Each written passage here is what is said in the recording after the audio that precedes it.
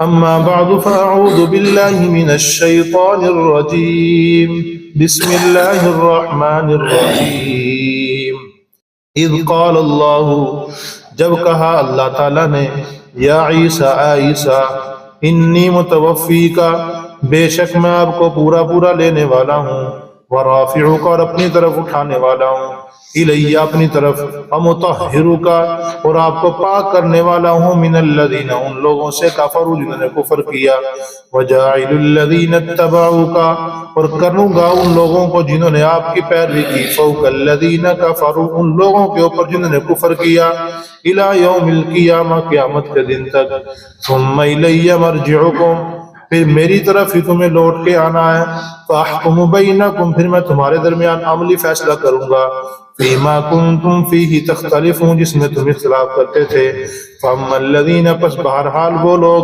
کفروا جنہوں نے کفر کیا فاعذبهم عذابا شدیدا پس میں ان کو عذاب دوں گا سخت عذاب فی الدنیا والآخرہ دنیا میں اور آخرت میں وما لهم من ناصرین اور ان کی کوئی بھی مدد کرنے والا نہیں ہوگا اور بہرحال وہ لوگ جو ایمان لائے اور نیک اعمال کیے ان کو اللہ ان کو پورا بدلہ دے گا اور اللہ تعالیٰ ظالموں کو پسند نہیں کرتے صدق اللہ مولانا العظیم اللهم صل على محمد وعلى آل محمد كما صليت على إبراهيم وعلى آل إبراهيم إنك حميد مجيد اللهم بارك على محمد وعلى آل محمد كما باركت على إبراهيم وعلى آل إبراهيم إنك حميد مجيد۔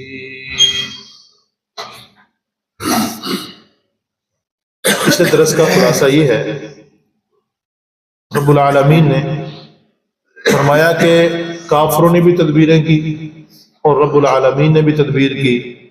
کافروں نے تدبیر کی تھی کہ عیسیٰ علیہ السلام کو قتل کریں گے، لیکن رب العالمین نے وہی جو بندہ انہوں نے اندر بھیجا اسی کے اوپر عیسیٰ علیہ السلام کی شکل جیسی یعنی اس بندے کی شکل عیسیٰ علیہ السلام جیسی بنا دی۔ اب جب وہ باہر نکلا گیا تو تھا اندر جاسوسی کرنے کے لیے دیکھنے کے لیے کہ اندر ہے کہ نہیں ہے، لیکن رب العالمین نے عیسیٰ علیہ السلام کی شکل اس بندے کے اوپر ڈال دی، گویا کہ اس کو عیسیٰ علیہ السلام جیسا بنا دی ہے شکل و اعتبار سے۔ اب یہ باہر نکلا، ان لوگوں نے پکڑا اس کو سولی چڑھا دیا۔ اب سولی چڑھانے کے بعد پہلے تو اس نے بڑا شور کیا، بڑا اس نے واویلا کیا میں وہ نہیں ہوں، لیکن کہا یہ ڈر رہا ہے، اب یہ مرنے کے لیے نعوذ باللہ اس طرح کر رہا ہے، چڑھاؤ سولی پہ۔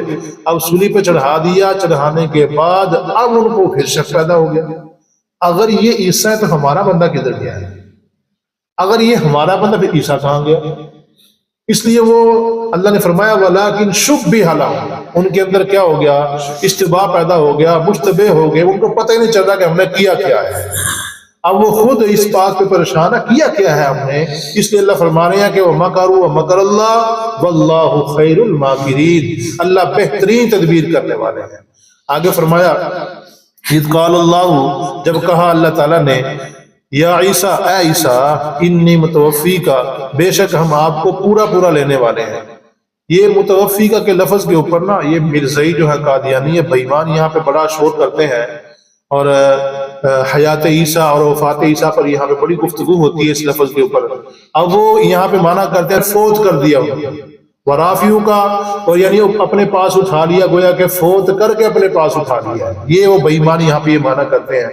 حالانکہ اس کا معنی آپ کو صحیح بتاتا ہوں، اصل معنی اس کا کیا ہے۔ عربی میں کہیں بھی متوفی کا معنی فوت ہونا نہیں ہے، اصل معنی جو اس کا ہے اس سے معنی لیا جا سکتا ہے، لیکن اصل معنی اس کا یہ ہے نہیں ہے۔ اس کا معنی اصل کیا ہے؟ اخذ الشیء وافیا، کسی بھی چیز کو مکمل طور پہ لے لینا، کسی بھی چیز کو مکمل طور پہ لے لینا، اس کا یہ متوفی کا معنی یہ ہے۔ اس کا معنی موت نہیں ہے، لیکن والموت نوع، موت اس کی ایک قسم ہو سکتی ہے، مگر نہ اس کا معنی اپنا یہ نہیں ہو سکتا ہے، اپنا معنی اس کا یہ نہیں ہے۔ اور ہم اس کا معنی کرتے ہیں کہ متوفی کا معنی ہے پورا لے لینا کسی چیز کو، یعنی مرافع کا اپنے پاس اٹھا لینا۔ مطلب اس کا یہ ہوگا کہ اے عیسیٰ ہم آپ کو اپنے پاس پورا اٹھانے والے ہیں۔ ہم آپ کو پورا پورا اپنے پاس اٹھانے والے، مطلب روح مع الجسد، روح اور جسم سمیت ہم آپ کو اپنے پاس اٹھائیں گے، کوئی بھی آپ کو کچھ نہیں بگاڑ سکے گا۔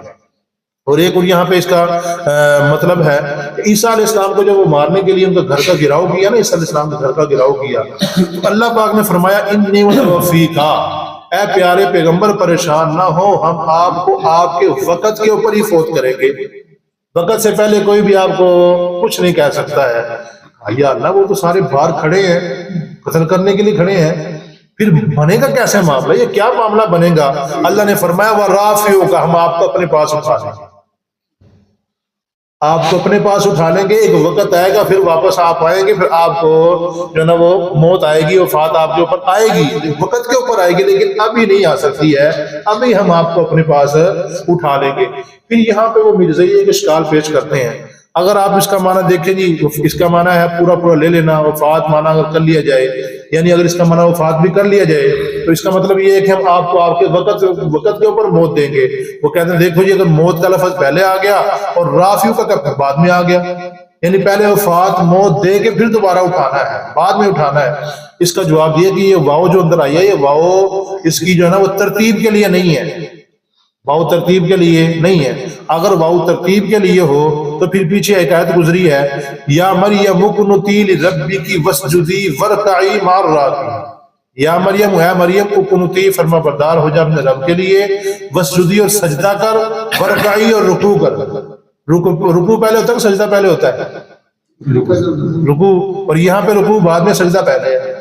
مطلب اس کا یہ کہ ترتیب مراد ہر جگہ نہیں ہوتی ہے، یہاں بھی ترتیب مراد نہیں ہے، بلکہ صرف کیا ہے، اللہ پاک ان کو ان کے وقت کے اوپر وفات دیں گے، لیکن اب فی الحال ان کو اوپر کیا کریں گے، اٹھا لیں گے۔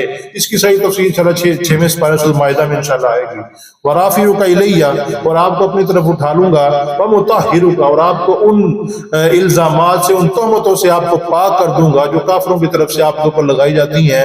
تو رب العالمین ان کو پاک کر دیجیے، اپنا پیغمبر بنا لیا، تو پیغمبر بنانے کے ساتھ اللہ پیغمبر اسی کو بناتا ہے جو انسان سب لوگوں میں اچھا ہوتا ہے، نسب کے اعتبار سے، حسب کے اعتبار سے، اور دوسری بات پاک ہونے کے اعتبار سے، تقوی کے اعتبار سے جو سب سے زیادہ ہوتا ہے، اللہ اسی کو اپنا پیغمبر بناتے ہیں۔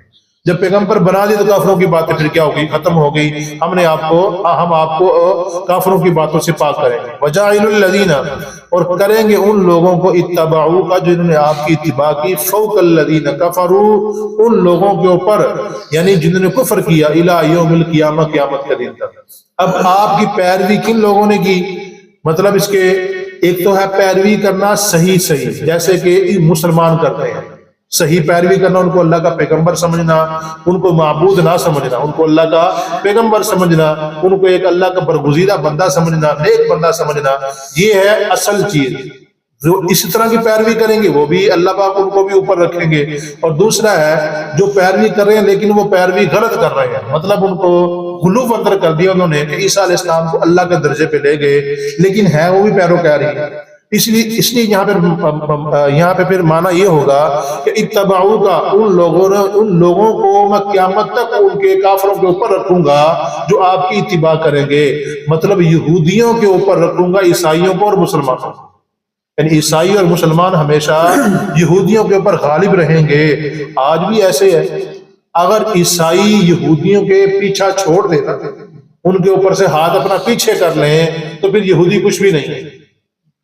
یہودی جو بڑھ کے مار رہے ہیں وہ عیسائیوں کی وجہ سے مار رہے ہیں، اور یہ اللہ کا اصول ہے، یہ قیامت تک ایسے ہی رہے گا کہ عیسائی اور مسلمان ہمیشہ غالب رہیں گے۔ یہ کبھی بھی جزوی طور پہ کبھی نہ کبھی مغلوب ہوگے تو یہ الگ بات ہے، لیکن ہمیشہ جو انتہا ہوگی وہ غلبہ مسلمانوں کا ہوگا یا کافروں کا ہوگا، اور پھر آخر جب ہوگی، بالکل آخر ہوگی، اس پہ ہمیشہ غلبہ کس کا ہوگا؟ مسلمانوں کا۔ بس آگے فرمایا ثم الی مرجعکم، پھر تمہارا لوٹنا ہے میری طرف ہی، دنیا سے بھی میری طرف ہی پاس آؤ گے، برزخ سے بھی میرے پاس ہی آؤ گے، آنا میرے پاس ہی ہے۔ فاحکم بینکم، پھر میں تمہارے درمیان فیصلہ کروں گا، یعنی عملی فیصلہ ہوگا، ماننے والوں کو جنت، نہ ماننے والوں کو جہنم ہوگی۔